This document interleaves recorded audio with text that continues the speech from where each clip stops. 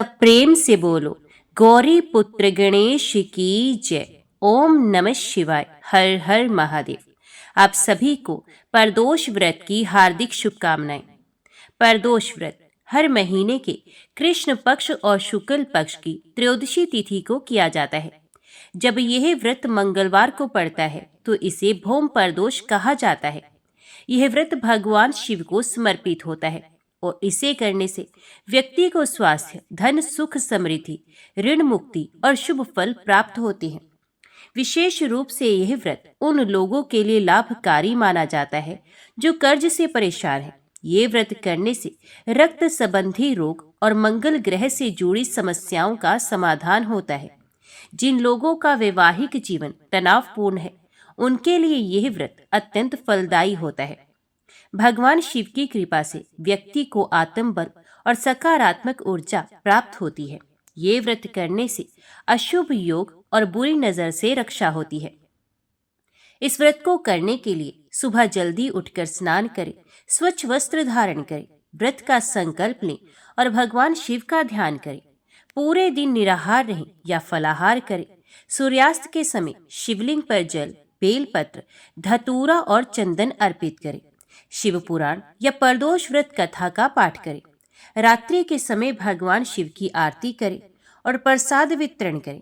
भौम प्रदोष करने से मंगल ग्रह की अशुभता दूर होती है और जीवन में स्थिरता आती है। तो आज के इस वीडियो में आप सुनेंगे भौम प्रदोष व्रत की पौराणिक व्रत कथा।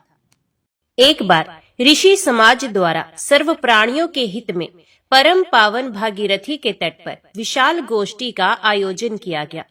इस सभा में व्यास जी के परम शिष्य पुराण वेत्ता सूत जी महाराज हरि कीर्तन करते हुए पधारे। सूत जी को आते देख शौनकादि के 88,000 ऋषि मुनियों ने खड़े होकर उन्हें दंडवत प्रणाम किया। महाज्ञानी सूत जी ने भक्ति भाव से ऋषियों को हृदय से लगाया और उन्हें आशीर्वाद दिया। विद्वान ऋषिगण और सभी शिष्य आसन पर विराजमान हुए। मुनिगण श्रद्धा भाव से पूछने लगे कि हे परम दयालु, कली काल में शंकर की भक्ति किस आराधना द्वारा उपलब्ध होगी? कृपया हम लोगों को बताने की कृपा कीजिए, क्योंकि कलयुग के सर्व प्राणी पाप कर्म में रह रहकर वेद शास्त्रों से विमुख रहेंगे। हे मुनिश्रेष्ठ, कलयुग में सत्कर्म की ओर किसी की रुचि नहीं होगी।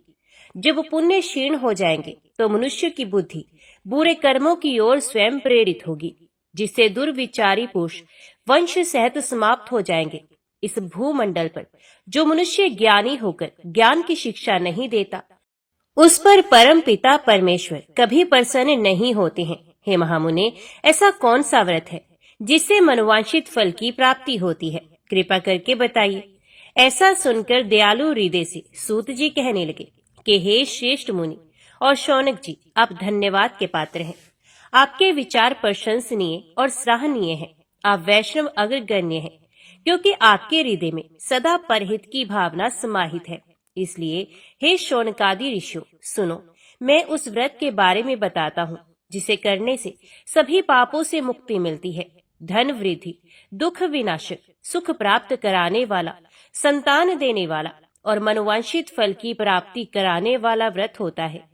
यह व्रत तुमको सुनाता हूँ, जो किसी समय भोलेनाथ ने सती जी को सुनाया था और उनसे प्राप्त ये परम श्रेष्ठ उपदेश मेरे पूज्य गुरु जी ने मुझे सुनाया था, जिसे समय पाकर आपको मैं शुभ बेला में सुनाता हूँ।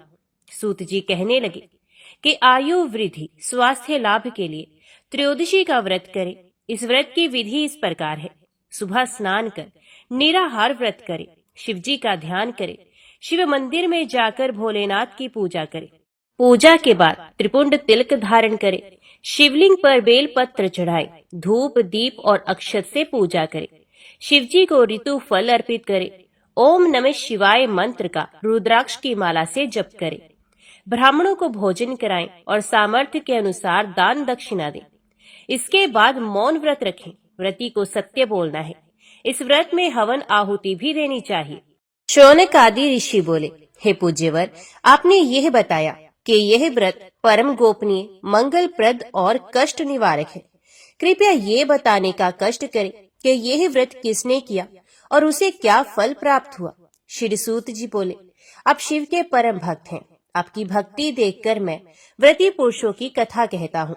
एक गांव में अति दीन ब्राह्मण निवास करता था। उसकी पत्नी परदोष व्रत किया करती है और उसका एक पुत्र था। एक बार की बात है कि उसका पुत्र गंगा स्नान करने के लिए गया था। मार्ग में उसे चोरों ने घेर लिया और वे कहने लगे कि हम तुझे मारेंगे, नहीं तो तू अपने पिता का गुप्त धन बतला दे। बालक दीन भाव से कहने लगा कि हम अत्यंत दुखी दीन हैं, हमारे पास धन कहाँ है। चोर फिर कहने लगे कि तेरे पास पोटली में क्या बंधा है। बालक ने उत्तर दिया कि मेरी माता ने मुझे रोटी बनाकर बांध कर दी है। दूसरा चोर बोला कि भाई, ये तो अति दीन दुखी हृदय है, इसे छोड़ दो। बालक इतनी बात सुनकर वहां से जाने लगा और एक नगर में पहुंचा। नगर के पास एक बरगद का पेड़ था। बालक थककर वहां बैठ गया और पेड़ की छाया में सो गया। उस नगर के सिपाही चोरों की खोज कर रहे थे और वे बालक के पास आ गए। सिपाही बालक को चोर समझकर राजा के पास ले गए और राजा ने उसे कारावास की आज्ञा दे दी। उधर बालक की मां शंकर जी का प्रदोष व्रत कर रही थी।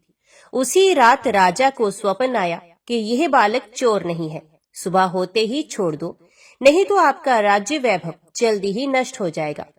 रात समाप्त होने पर राजा ने उस बालक से पूरी कहानी पूछी और बालक ने सारी कहानी सुनाई। बालक की बात सुनकर राजा ने सिपाही को भेजकर माता पिता को बुलवा लिया। राजा ने जब उन्हें भयभीत देखा तो कहा कि तुम लोग चिंता मत करो, तुम्हारा बालक निर्दोष है।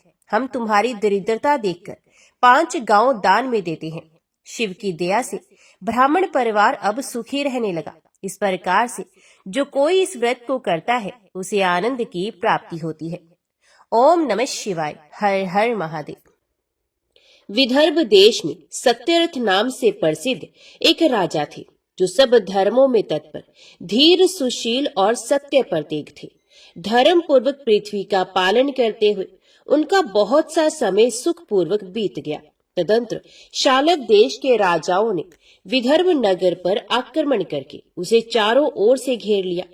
अपनी पूरी को शत्रुओं से घेरी हुई देख विदर्भ राज विशाल सेना साथ लेकर युद्ध के लिए आए। बलोमत शालव देश क्षत्रियों के साथ राजा का अत्यंत भयंकर युद्ध हुआ। शालवों की बहुत बड़ी सेना मारी गई, परंतु अंत में विदर्भ राज भी उनके हाथ से मारे गए।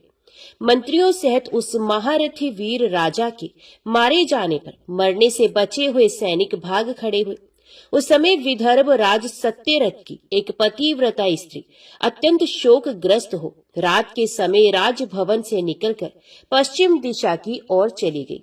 वे गर्भवती थी। सवेरा होने पर धीरे धीरे मार्ग से जाती हुई उस साध्वी रानी ने बहुत दूर का रास्ता तय कर लेने के पश्चात एक स्वच्छ तालाब देखा और वे उसके किनारे शोभा पाने वाले एक छायादार वृक्ष के नीचे बैठ गई।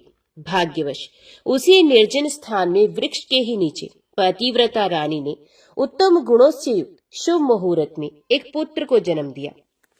तत्पश्चात अत्यंत प्यास से व्याकुल हुई सुंदर अंगों वाली रानी जलाशय में उतरी। इतने में ही एक बड़े भारी ग्रह ने आकर उसे अपना ग्रास बना लिया।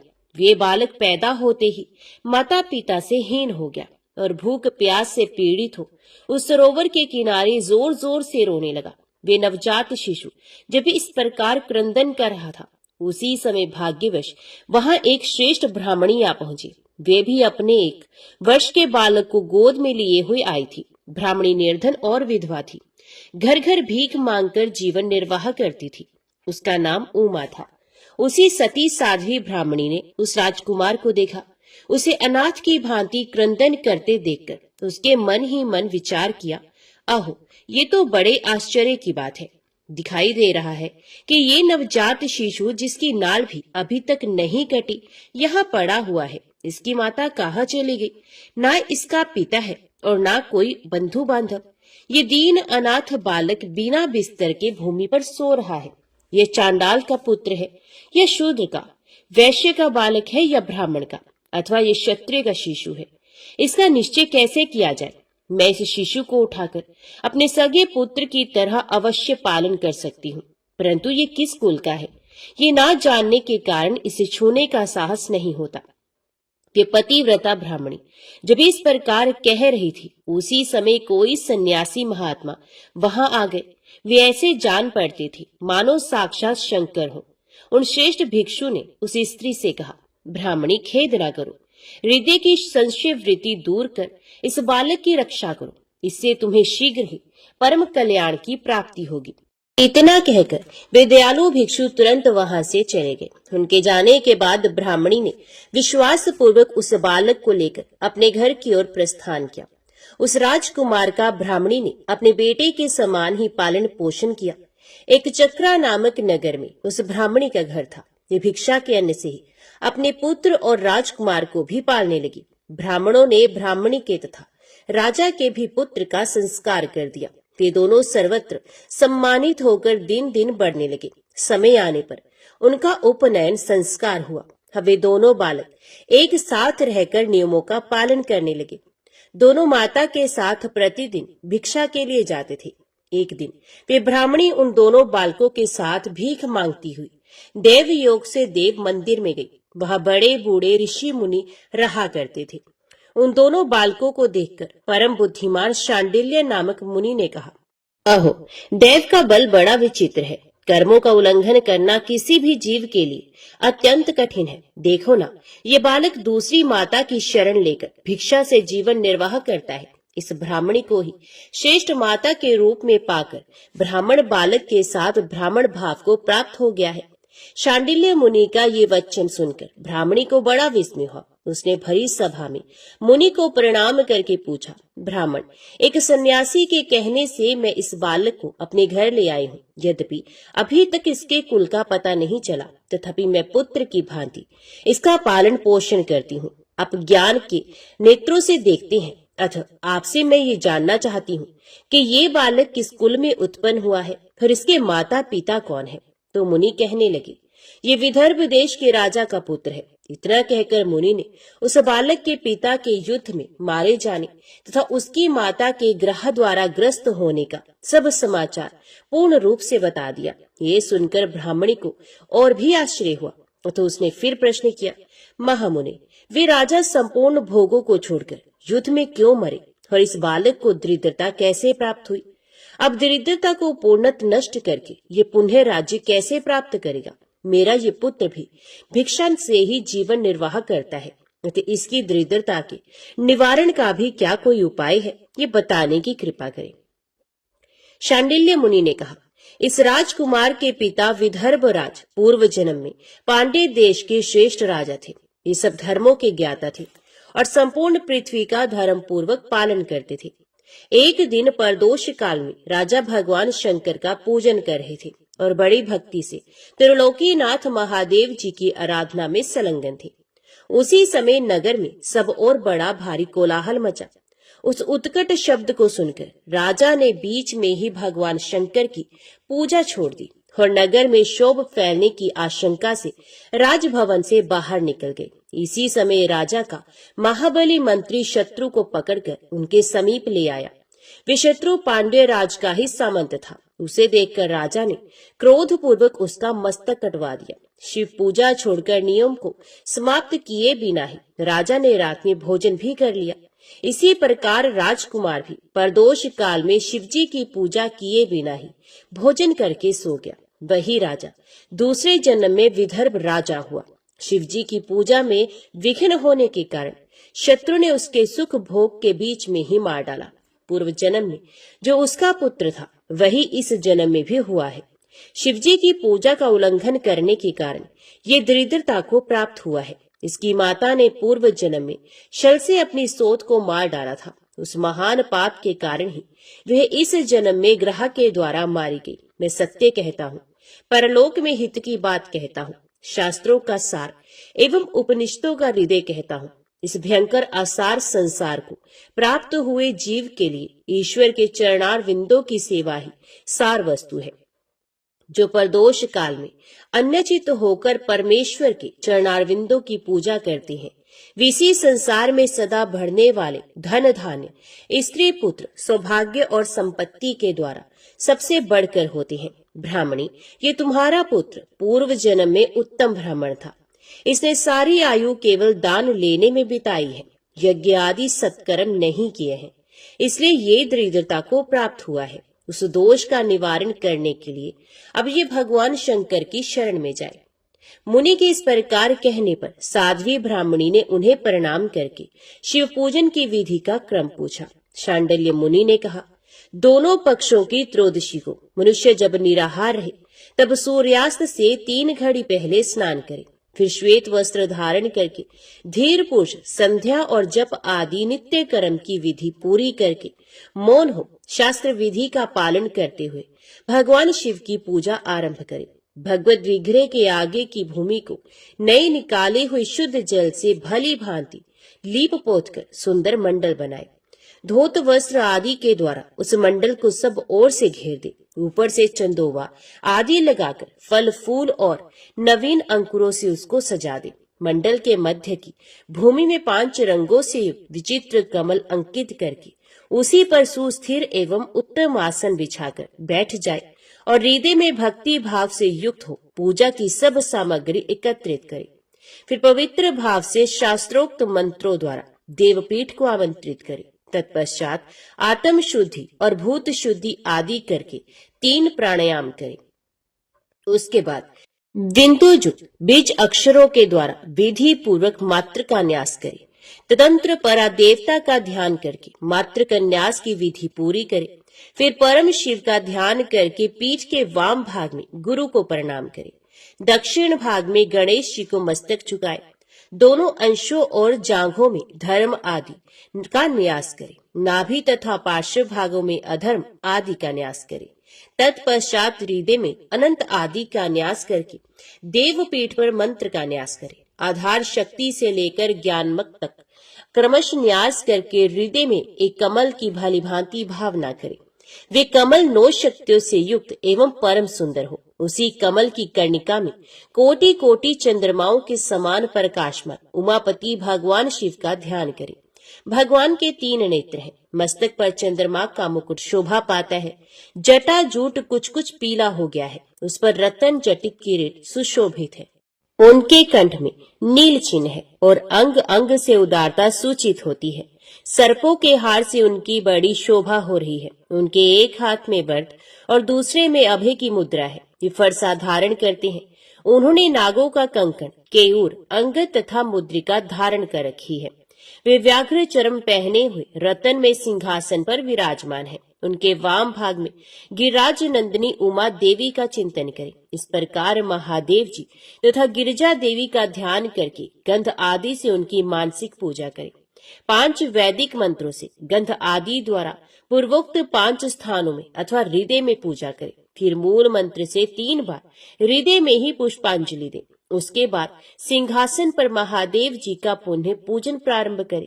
पूजा के आरंभ में एकाग्रचित होकर संकल्प पड़े। तदंतर हाथ जोड़कर मन ही मन भगवान शिव का ध्यान एवं आवाहन करें। हे भगवान शंकर, आप ऋण पातक दुर्भाग्य और दरिद्रता आदि की निवृत्ति के लिए तथा संपूर्ण पापों का नाश करने के लिए मुझ पर प्रसन्न हो जाइए। मैं दुख और शोक की आग में जल रहा हूँ। संसार भय से पीड़ित हूँ। अनेक प्रकार के रोगों से व्याकुल और दीन हूँ। वृषवाहन, मेरी रक्षा कीजिए। देव देवेश्वर, सबको निर्भय कर देने वाले महादेव जी, आप यहाँ पधारिए और मेरी की हुई इस पूजा को पार्वती देवी जी के साथ ग्रहण कीजिए। इस प्रकार संकल्प और आवाहन करके पूजा आरंभ करनी चाहिए। तत्पश्चात मनुष्य एकाग्रचित हो रुद्र सूक्त का पाठ करते हुए वहां स्थापित किए हुए शंख के जल से और पंच अमृत से महादेव जी का अभिषेक करके भांति भांति के मंत्रों से आसन आदि उपचारों को समर्पित करे। भावना द्वारा दिव्य वस्त्रों से विभूषित स्वर्ण सिंहासन की कल्पना करें और उसी पर भगवान को विराजमान करके अष्टगुण युक्त अर्घ्य और पादम निवेदन करें। फिर शुद्ध जल से आचमन कराकर मधु पर्क दे। उसके बाद पुण्य आचमन के लिए जल देकर मंत्रोच्चारण पूर्वक स्नान कराए। फिर यज्ञोपवीत वस्त्र और आभूषण अर्पण करें। परम पवित्र अष्टांग युक्त चंदन चढ़ावे।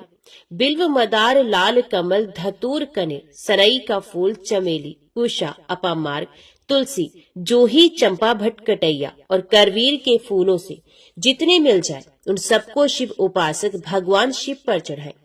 इनके अतिरिक्त भी नाना प्रकार के सुगंधित पुष्प निवेदन करें। तत्पश्चात लाल चंदन से उत्पन्न धूप और निर्मल दीप समर्पित करें। उसके बाद हाथ धोकर घी, नमकीन और साग मिठाई, पुआ, शक्कर तथा गुड़ के बने हुए पदार्थ एवं खीर का नैवेद्य भोग लगाए। मधु, दही और जल भी अर्पण करें। उस खीर का ही मंत्र द्वारा प्रज्वलित की हुई अग्नि में हवन करें। ये होम शास्त्रोक्त विधि से आचार्य के कथन अनुसार संपन्न करना चाहिए। भगवान शंकर को नैवेद्य देकर मुख शुद्धि के लिए उत्तम तांबूल अर्पण करें। धूप, आरती, सुंदर छत्र, उत्तम दर्पण को वैदिक तांत्रिक मंत्रों द्वारा विधि पूर्वक समर्पित करें। यदि ये सब करने की अपने में शक्ति ना हो, अधिक धन का अभाव हो, तो अपने पास जितना धन हो उसी के अनुसार भगवान की पूजा करें। गौरीपति भगवान शंकर भक्ति पूर्वक भेंट किए हुए पुष्प मात्र से भी संतुष्ट हो जाते हैं। तदंतर स्तोत्रों द्वारा स्तुति करके भगवान को साष्टांग प्रणाम करें। फिर परिक्रमा करके पूजा समर्पित करने के पश्चात विधि पूर्वक श्री गिरजापति की प्रार्थना करें और कहे, हे देव, हे जगन्नाथ, आपकी जय हो। सनातन शंकर आपकी जय हो। संपूर्ण देवताओं के अधीश्वर आपकी जय हो। सर्वदेव पूजित आपकी जय हो। सर्वगुणातीत आपकी जय हो। सबको वर देने वाले प्रभु आपकी जय हो। नित्य आधार रहित अविनाशी विशंभर आपकी जय हो। जय हो। संपूर्ण विश्व के लिए एकमात्र जानने योग्य महेश्वर आपकी जय हो। नागराज वासुकी को आभूषण के रूप में धारण करने वाले प्रभु आपकी जय हो। गौरीपति आपकी जय हो। चंद्रशेखर शंभु आपकी जय हो। कोटि सूर्य के समान तेजस्वी शिव आपकी जय हो। अनंत गुणों के आश्रय आपकी जय हो। भयंकर नेत्रों वाले रुद्र आपकी जय हो। अचिंत्य निरंजन आपकी जय हो। नाथ दया सिंधु आपकी जय हो। भक्तों की पीड़ा का नाश करने वाले प्रभु आपकी जय हो। दुस्तर संसार सागर से पार उतारने वाले परमेश्वर आपकी जय हो। महादेव, मैं संसार के दुखों से पीड़ित एवं खीन हूँ, मुझ पर प्रसन्न हो। परमेश्वर, समस्त पापों के भय का अपहरण करके मेरी रक्षा कीजिए। मैं महान दारिद्र्य के समुद्र में डूबा हुआ हूँ। बड़े बड़े पापों ने मुझे आक्रांत कर लिया है। मैं महान शोक से नष्ट और बड़े बड़े रोगों से व्याकुल हूँ। सब ओर से तृण के भार से लदा हुआ हूँ। पाप कर्मों की आग में जल रहा हूँ और ग्रहों से पीड़ित हो रहा हूँ। शंकर, मुझ पर प्रसन्न हो जाइए। निर्धन मनुष्य इस प्रकार पूजा के अंत में भगवान गिरजापति की प्रार्थना करे। धनाढ्य अथवा राजा का इस प्रकार भगवान शंकर की प्रार्थना करनी चाहिए। हे शंकर जी, आपके प्रसाद से मेरे सदा आनंद रहे। मेरे राज्य में लुटेरे न रहे। सब लोग निरापद होकर रहे। पृथ्वी पर अकाल, महामारी आदि के संताप शांत हो जाए।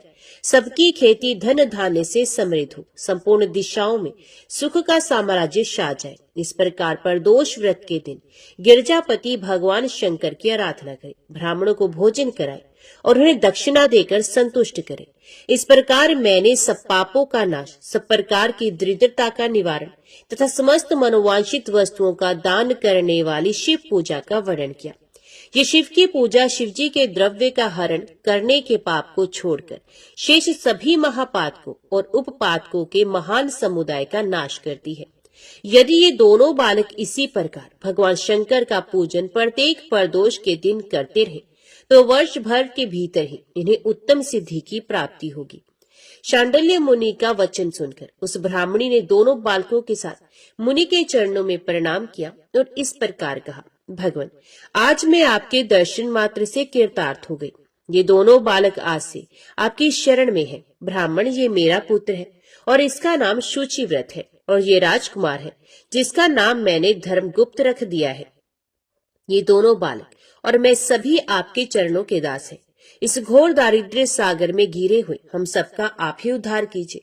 इस प्रकार शरण में आई हुई ब्राह्मणी को अमृत के समान मधुर वचनों द्वारा आश्वासन देकर मुनि ने उसके दोनों बालकों को भगवान शंकर के आराधन की मंत्र विद्या का उपदेश किया। तत्पश्चात दोनों बालक और ब्राह्मण मुनि की आज्ञा से वहां से चले गए। मुनिवर के उपदेश के अनुसार दोनों बालक प्रत्येक प्रदोष व्रत के दिन पार्वती वल्लभ शिव जी की आराधना करने लगे।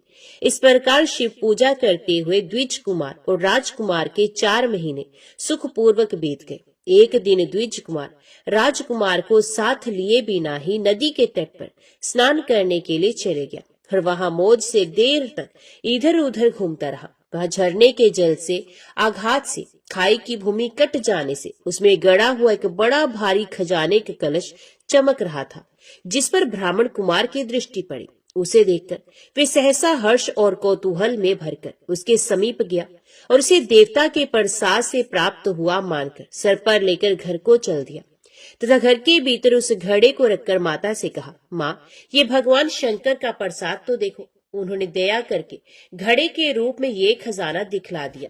तब उस पतिव्रता ब्राह्मणी ने राजकुमार को भी बुलाकर कहा, पुत्रो, इस खजाने के घड़े को तुम दोनों आपस में बराबर बराबर बांट लो। माता की बात को सुनकर ब्राह्मण के पुत्र को प्रसन्नता हुई, किंतु राजपुत्र ने उनसे कहा, माँ, ये तुम्हारे ही पुत्र के पुण्य से प्राप्त हुआ है, अतः मैं इस खजाने को बांटकर लेना नहीं चाहता। अपने पुण्य से प्राप्त हुए खजाने का ये स्वयं ही उपभोग करे, वे ही भगवान शंकर मुझ पर भी कृपा करेंगे। इस प्रकार प्रसन्नता पूर्वक भगवान शंकर की पूजा करते हुए उन दोनों कुमारों का उसी घर में 1 वर्ष व्यतीत हो गया। एक दिन राजकुमार उस ब्राह्मण कुमार के साथ वसंत ऋतु में वन में भ्रमण करने के लिए गया। कुछ दूर जाने पर उन्होंने सैकड़ों गंधर्व कन्याओं को परस्पर क्रीड़ा करते हुए देखा। उन्हें देखकर ब्राह्मण कुमार ने दूर से ही राजकुमार से कहा, यहाँ से आगे जाना उचित नहीं, क्योंकि उधर स्त्रियां विहार कर रही हैं। स्वच्छ अंतकरण वाले विद्वान पुरुष स्त्रियों का सामीप्य त्याग देते हैं। ये रमणीय छल करने वाली तथा वाणी द्वारा अनुन्य विनय करने में कुशल है। ये पुरुषों को अपनी दृष्टि मात्र से मोहित करती हैं। इसलिए अपने धर्म में तत्पर ब्रह्मचारी कभी स्त्रियों के समीप जाकर उनके साथ वार्तालाप ना करे। ऐसा कहकर ब्राह्मण कुमार लौट पड़ा और दूर जाकर खड़ा हो गया, किंतु राजकुमार अकेला ही निर्भय होकर स्त्रियों की उस क्रीड़ा स्थली की ओर चला गया।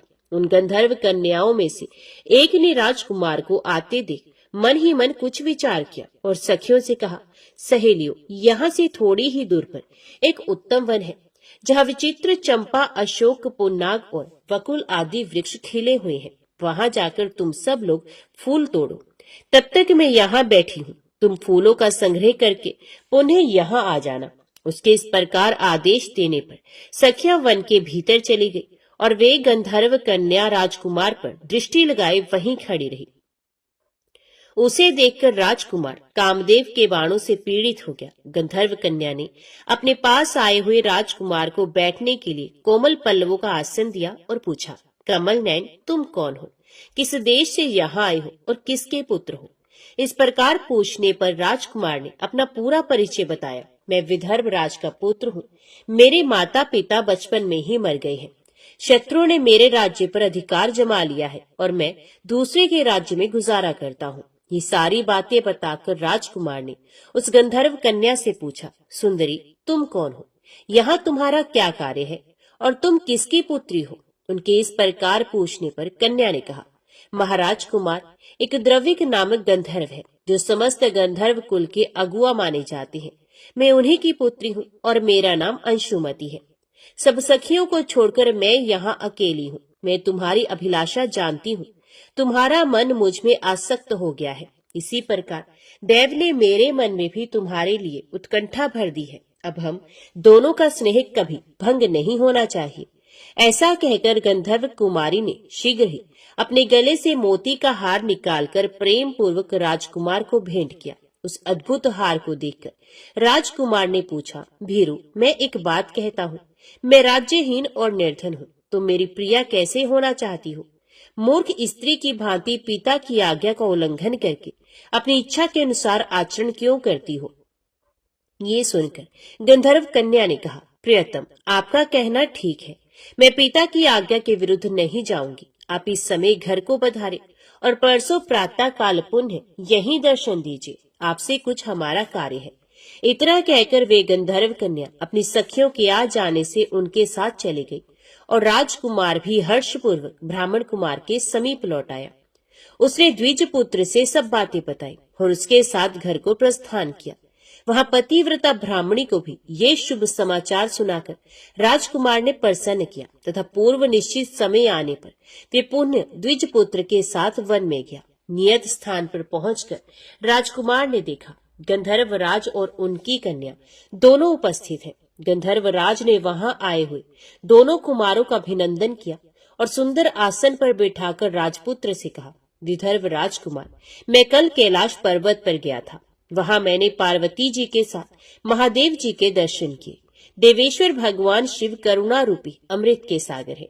उन्होंने मुझे बुलाकर सब देवताओं के समीप इस प्रकार कहा, पृथ्वी तल पर धर्मगुप्त नाम से प्रसिद्ध एक राजकुमार है जो इस समय अकिंचन है। उसका राज्य छिन गया है। शत्रुओं ने उसके देश को अपने अधिकार में कर लिया है। अब ये बालक अपने गुरु की आज्ञा से सदा मेरी आराधना में संलग्न रहता है। उसी के प्रभाव से आज उसके समस्त पितृ मेरे स्वरूप को प्राप्त हो गए हैं। गंधर्व श्रेष्ठ, तुम भी उस राजकुमार की सहायता करो। अब वे शत्रुओं को मारकर अपने राज्य सिंहासन पर आसीन हो जाएगा। महादेव जी के इस प्रकार आज्ञा देने पर मैं अपने घर को आया। यहाँ इस मेरी कन्या ने भी तुम्हारे लिए बहुत प्रार्थना की। ये सब परम दयालु भगवान शिव की प्रेरणा से ही हो रहा है। ऐसा समझकर मैं इस कन्या को साथ लेकर आया हूँ अतः अपनी पुत्री अंशुमति को मैं तुम्हें पत्नी रूप में देता हूँ और भगवान शिव जी की आज्ञा से शत्रुओं को मारकर तुम्हें तुम्हारे राज्य पर बिठाऊंगा। अपने उस नगर में तुम अपनी इस धर्म पत्नी के साथ 10,000 वर्षों तक मनोवांछित सुख भोगकर अंत में भगवान शिव के लोक में जाओगे और वहां भी मेरी ये कन्या तुम्हारी ही सेवा में प्रस्तुत रहेगी। इस प्रकार कहकर गंधर्व राज ने उसी वन में राजकुमार के साथ अपनी पुत्री का विवाह कर दिया और दहेज में परम उज्ज्वल रत्न भार भेंट किए। चंद्रमा के समान चमकीली चूड़ामणि तथा दमकते हुए मोतियों के मनोहर हार दिए। दिव्याभूषण वस्त्र, स्वर्ण के बने हुए बहुत से सामान, 10,000 हाथी, 1,00,000 नीले घोड़े और हजारों सोने के बड़े बड़े रथ प्रदान किए। अंत में एक दिव्य रथ, इंद्र के धनुष के समान विशाल धनुष, सहस्रों अस्त्र शस्त्र, अक्षय बाणों से भरे हुए 2 तरकस, अभेद्य स्वर्णमय कवच तथा शत्रुओं का संहार करने वाली शक्ति समर्पित की। अपनी पुत्री की सेवा के लिए गंधर्वराज ने प्रसन्नचित होकर 5,000 दासियां दी। इतना ही नहीं, राजकुमार की सहायता के लिए उन्होंने अत्यंत उग्र गंधर्वों की चतुरंगणी सेना भी भेंट की। इस प्रकार परम उत्तम संपत्ति को पाकर राजकुमार अपनी मनोवांछित पत्नी के साथ बहुत प्रसन्न हुए। पुत्री का विवाह कराकर गंधर्वराज स्वर्गलोक में चले गए। धर्मगुप्त विवाह के अनंतर गंधर्वों की सेना के साथ अपने नगर को गए और वहां उन्होंने शत्रु सेना का संहार करके राजधानी में प्रवेश किया। तत्पश्चात श्रेष्ठ ब्राह्मणों और मंत्रियों ने मिलकर राजकुमार का अभिषेक किया और वे रत्नमय सिंहासन पर आरूढ़ होकर अकंटक राज्य का उपभोग करने लगे। जिस ब्राह्मण पत्नी ने उनका अपने पुत्र की भांति पालन किया था, वही उनकी माता हुई। वे द्विज कुमार ही भाई हुआ तथा गंधर्व राजकुमारी अंशुमति महारानी के पद पर प्रतिष्ठित हुई। भगवान शंकर की आराधना करके धर्मगुप्त विदर्भ देश के राजा हो गए। इसी प्रकार दूसरे लोग भी प्रदोष व्रत के दिन गिरजापति की आराधना करके मनोवांछित कामनाओं को प्राप्त कर लेते हैं और देहावसान होने पर परम गति को प्राप्त होते हैं।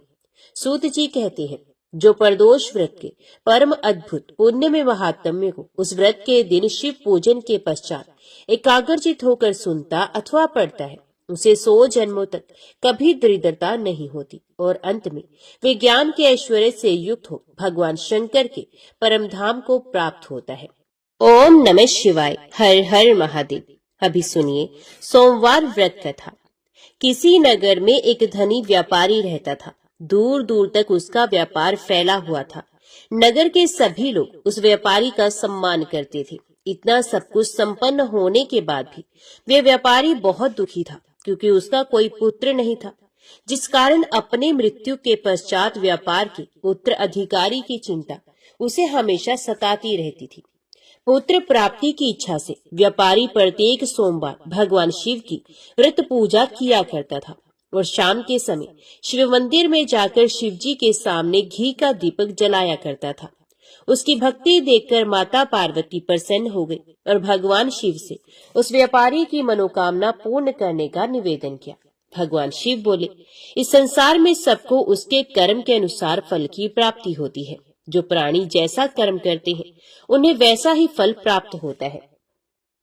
शिवजी द्वारा समझाने के बावजूद माता पार्वती नहीं मानी और उस व्यापारी की मनोकामना पूर्ति हेतु वे शिवजी से बार बार अनुरोध करती रही। अंततः माता के आग्रह को देखकर भगवान भोलेनाथ को उस व्यापारी को पुत्र प्राप्ति का वरदान देना ही पड़ा। वरदान देने के पश्चात भोलेनाथ माता पार्वती से बोले, आपके आग्रह करने पर मैंने पुत्र प्राप्ति का वरदान तो दे दिया, परंतु इसका पुत्र केवल 16 वर्ष से अधिक समय तक जीवित नहीं रहेगा। उसी रात भगवान शिव उस व्यापारी के स्वप्न में आए और उसे पुत्र प्राप्ति का वरदान दिया और उसके पुत्र के 16 वर्ष तक जीवित रहने की भी बात बताई।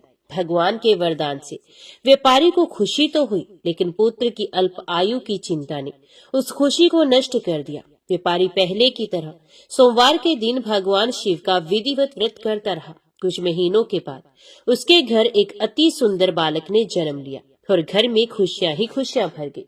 बहुत धूमधाम से पुत्र जन्म का समारोह मनाया गया, परंतु व्यापारी को पुत्र जन्म की अधिक खुशी नहीं हुई, क्योंकि उसे पुत्र की अल्प आयु के रहस्य का पता था। जब पुत्र 12 वर्ष का हुआ तो व्यापारी ने उसे उसके मामा के साथ पढ़ने के लिए वाराणसी भेज दिया। लड़का अपने मामा के साथ शिक्षा प्राप्ति हेतु चल दिया। रास्ते में जहाँ भी मामा भांजे विश्राम हेतु रुकते, वहीं यज्ञ करते और ब्राह्मणों को भोजन कराते। लंबी यात्रा के बाद मामा भांजे एक नगर में पहुंचे। उस दिन नगर के राजा की कन्या का विवाह था, जिस कारण पूरे नगर को सजाया गया था। निश्चित समय पर बारात आ गई, लेकिन वर का पिता अपने बेटे के एक आंख से काने होने के कारण बहुत चिंतित था। उसे भय था कि इस बात का पता चलने पर कहीं राजा विवाह से इनकार न कर दे, इससे उसकी बदनामी भी होगी। जब वर के पिता ने व्यापारी के पुत्र को देखा तो उसके मस्तिष्क में एक विचार आया। उसने सोचा, क्यों न इस लड़के को दूल्हा बनाकर राजकुमार से विवाह करा दूं। विवाह के बाद उसको धन देकर विदा कर दूंगा और राजकुमारी को अपने नगर ले जाऊंगा। वर के पिता ने लड़के के मामा से इस संबंध में बात की। मामा ने धन मिलने के लालच में वर के पिता की बात स्वीकार कर ली। लड़के को दूल्हे का वस्त्र पहनाकर राजकुमारी से विवाह करा दिया गया। राजा ने बहुत सारा धन देकर राजकुमारी को विदा किया। शादी के बाद लड़का जब राजकुमारी के साथ लौट रहा था तो वे सच नहीं छिपा सका और उसने राजकुमारी की ओढ़नी पर लिख दिया, राजकुमारी, तुम्हारा विवाह मेरे साथ हुआ है। मैं तो वाराणसी पढ़ने के लिए जा रहा हूँ और अब तुम्हें जिस नवयुवक की पत्नी बनना पड़ेगा वे एक आंख से काना है। जब राजकुमारी ने अपनी ओढ़नी पर लिखा हुआ पढ़ा तो उसने काने लड़के के साथ जाने से इनकार कर दिया। राजा को जब ये सब बातें पता चली तो उसने राजकुमारी को महल में ही रख लिया। उधर लड़का अपने मामा के साथ वाराणसी पहुंच गया और गुरुकुल में पढ़ना शुरू कर दिया। जब उसकी आयु 16 वर्ष की हुई तो उसने यज्ञ किया। यज्ञ की समाप्ति पर ब्राह्मणों को भोजन कराया, खूब अन्न वस्त्र दान किए। रात को वह अपने शयन कक्ष में सो गया। शिव के वरदान के अनुसार शयन अवस्था में ही उसके प्राण पखेरु उड़ गए। सूर्योदय पर मामा मृत भांजे को देखकर रोने पीटने लगा। आसपास के लोग भी एकत्रित होकर दुख प्रकट करने लगे। लड़के के मामा के रोने विलाप करने के स्वर समीप से गुजरते हुए भगवान शिव और माता पार्वती जी ने भी सुने। माता पार्वती ने भगवान शिव से कहा, प्राणनाथ, मुझे इसके रोने के स्वर सहन नहीं हो रहे हैं। आप इस व्यक्ति के कष्ट को अवश्य दूर करें। भगवान शिव ने माता पार्वती के साथ अदृश्य रूप में समीप जाकर देखा तो भोलेनाथ माता पार्वती से बोले, ये तो उसी व्यापारी का पुत्र है जिसे मैंने 16 वर्ष की आयु का वरदान दिया था। इसकी आयु पूरी हो गई है। माँ पार्वती ने फिर भगवान शिव से निवेदन कर उस बालक को जीवन देने का आग्रह किया। माता पार्वती के आग्रह पर भगवान शिव ने उस लड़के को जीवित होने का वरदान दिया और कुछ ही पल में वे जीवित होकर उठ बैठा। शिक्षा समाप्त करके लड़का मामा के साथ अपने नगर की ओर चल दिया। दोनों चलते हुए उसी नगर में पहुंचे जहां उसका विवाह हुआ था। उस नगर में भी यज्ञ का आयोजन किया। समीप से गुजरते हुए नगर के राजा ने यज्ञ का आयोजन देखा और उसने तुरंत ही लड़के और उसके मामा को पहचान लिया। यज्ञ के समाप्त होने पर राजा मामा और लड़के को महल में ले गया और कुछ ही दिन उन्हें महल में रखकर बहुत सा धन वस्त्र आदि देकर राजकुमारी के साथ विदा कर दिया। इधर भूखे प्यासे रहकर व्यापारी और उसकी पत्नी बेटे की प्रतीक्षा कर रहे थे। उन्होंने प्रतिज्ञा कर रखी थी कि यदि उन्हें अपने बेटे की मृत्यु का समाचार मिला तो दोनों अपने प्राण त्याग देंगे। परंतु जैसे ही उसने बेटे के जीवित वापस लौटने का समाचार सुना तो वे बहुत प्रसन्न हुआ। वे अपनी पत्नी और मित्रों के साथ नगर के द्वार पर पहुंचा। अपने बेटे के विवाह का समाचार सुनकर पुत्र वधू राजकुमारी को देखकर उसकी खुशी का ठिकाना न रहा। उसी रात भगवान शिव ने व्यापारी के स्वप्न में आकर कहा, हे श्रेष्ठी, मैंने तेरे सोमवार के व्रत करने और व्रत कथा सुनने से प्रसन्न होकर तेरे पुत्र को लंबी आयु प्रदान की है। पुत्र की लंबी आयु जानकर व्यापारी बहुत प्रसन्न हुआ। शिव भक्त होने तथा सोमवार का व्रत करने से व्यापारी की सभी मनोकामनाएं पूर्ण हुई। इसी प्रकार जो भक्त सोमवार का विधिवत व्रत करते हैं और व्रत कथा को सुनते हैं उनकी सभी इच्छाएं पूरी होती हैं। ओम नमः शिवाय। हर हर महादेव। अभी सुनते हैं भगवान भोलेनाथ की आरती। जय शिव ओंकारा, प्रभु जय शिव ओंकारा, ब्रह्मा विष्णु सदा शिव अर्धांगी धारा। ओम जय शिव ओंकारा। एकानन चतुरानन पंचानन राजे, हंसासन गरुड़ासन वृषवाहन साजे। ओम जय शिव ओंकारा।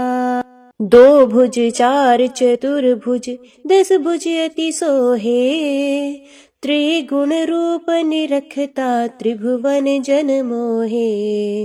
ओम जय शिव ओंकारा। अक्षमाला बनमाला रुंडमाला धारी, चंदन मृग मद सोहे भाले शशिधारी। ओम जय शिव ओंकारा। श्वेतांबर पीतांबर बाघांबर हंगे, सनकादिक गरुणादिक भूतादिक संगे। ओम जय शिव ओंकारा। करके मध्य कमंडलू चक्र त्रिशूल धरता, जग करता जग भरता जग संहार करता। ओम जय शिव ओंकारा। ब्रह्मा विष्णु सदा शिव जानत अविवेका, प्रणवाक्षर मध्य ये तीनों एका। ओम जय शिव ओंकारा। काशी में विश्वनाथ विराजत नंदी ब्रह्मचारी, नित उठ भोग लगावत महिमा अति भारी। ओम जय शिव ओंकारा। त्रिगुण शिव जी की आरती जो कोई नर गावे, कहत शिवानंद स्वामी मन वांछित फल पावे। ओम जय शिव ओंकारा। ओम जय शिव ओंकारा। स्वामी हरि शिव ओंकारा। ब्रह्मा विष्णु सदा शिव अर्धांगी धारा। ओम जय शिव ओंकारा। ओम नमः शिवाय। हर हर महादेव। आज की वीडियो में इतना ही। उम्मीद करती हूँ वीडियो आपको पसंद आई होगी। वीडियो पसंद आई हो तो वीडियो को लाइक और चैनल को सब्सक्राइब जरूर कीजिएगा। ओम नमः शिवाय लिखकर कमेंट बॉक्स में अपनी हाजिरी और अपने सुझाव देना ना भूलेगा। तो मिलते हैं अगली कथा अगली वीडियो के साथ। तब तक के लिए देखते व सुनते रहिए। जय मां कंजर, जय माता दी।